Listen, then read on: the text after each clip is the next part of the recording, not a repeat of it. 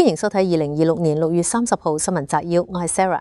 以下係為大家選取嘅幾則頭條新聞。國際新聞：中東局勢再度升溫，霍爾木茲海峽有商船遇襲，喺6月25同27號，先後有2艘船被炮彈擊中，亦都揭示咗美國同伊朗之間為期60日嘅停火協議其實有幾脆弱。但係喺衝突最激烈嘅時候，每日經過嘅船隻數目一度跌到少過10艘，直到上個禮拜航運量先至有所反彈。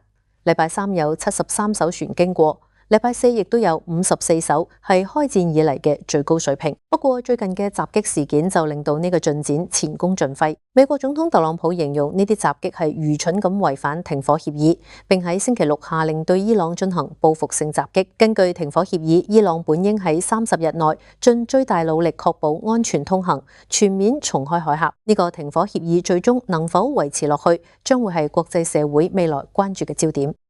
委內瑞拉北部上個星期發生2次強烈地震，至今證實超過1700人死亡。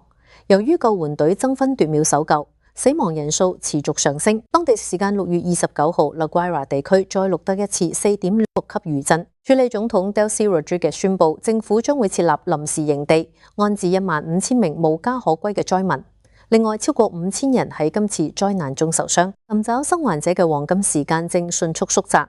嚟自法國同其他國家嘅救援隊都加入委內瑞拉團隊，喺倒塌嘅建築物瓦礫中搜救。政府表示會評估邊啲建築物可以修復，並制定新嘅重建計劃。至於臨時營地能否為數以千計嘅災民提供足夠嘅居所，將會係政府未來面對嘅一大考驗。Queensland 警方發現，當地每2個星期就有1人因為藏有製造 3D 打印槍械嘅藍圖而被起訴。自從今年嘅3月，當地加強槍械法例以嚟，已經有11人因為藏有或者係分發相關嘅藍圖資料被落案起訴。警方曾經喺 Gold Coast 嘅 Surfers Paradise 檢獲34支 3D 打印槍械，以及一個載有藍圖嘅硬碟。呢啲新法例係喺 Bondi 恐襲之後引入嘅。目前喺澳洲，只有 New South Wales 同 Tasmania 有類似嘅罪行法例。Queensland 犯罪情報指揮部嘅偵緝督察 Brad Phelps 指出，澳洲各地司法管轄區私人製造嘅槍械數量都持續增加。不過，暴力預防研究所就表示，目前要判斷呢啲法例係咪能夠起到阻嚇作用，言之尚早。呢啲更加嚴厲嘅罰則，最終能否有效減少自製槍械罪案，仲有待觀察。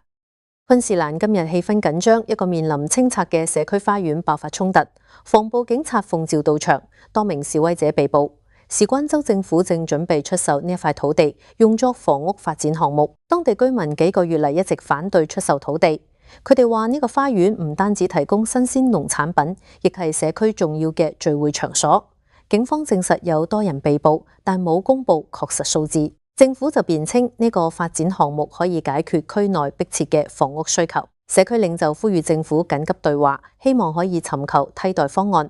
州政府會唔會喺出售土地前重新考慮決定，同埋能否同社區達成共識，將會係事件嘅關鍵。昆士蘭正迎嚟幾十年嚟最大嘅選舉變革，州選舉邊界委員會已經確認將會新增2個議席，同時廢除2個現有議席。呢個舉動將會重塑近500萬選民喺州議會嘅代表方式。一次重劃反映咗昆士蘭東南部嘅人口增長，預計新議席會喺 Brisbane 同 Gold Coast 之間嘅增長走廊出現。與此同時，部分地區議席將會消失，引起對鄉郊代表性減少嘅憂慮。昆士蘭州議會目前有93個議席，喺建議嘅改變之下，鄉郊社區擔心會被忽視。因為政治焦點轉向城市，社區團體正係呼籲議員喺新邊界落實之前，為佢哋嘅選區爭取權益。呢啲改變將會喺2028年嘅下屆昆士蘭州選舉生效。隨住昆士蘭鄉郊地區嘅聲音可能喺議會中被削弱，問題係政府會唔會喺為時已晚之前聆聽呢一啲憂慮。Brisbane 方面最新消息，昆士蘭省嘅公營醫療系統今晚再受到外界關注，事關一間大型私營醫療集團獲准特別安排，將公營醫療系統嘅急症病人轉介到佢哋旗下嘅醫院。Ramsay 醫療集團就派咗1名護士進駐 Sunshine Coast 大學醫院嘅急症室。喺呢一個試驗計劃之下，有買私家保險嘅病人就可以轉介到 Ramsay 附近3間私家醫院。喺首12個月，已經有超過2000名嘅病人透過呢個方式離開公營系統。消費者權益倡導者就發出警告，擔心病人可能會覺得有壓力，被迫轉去私家醫院。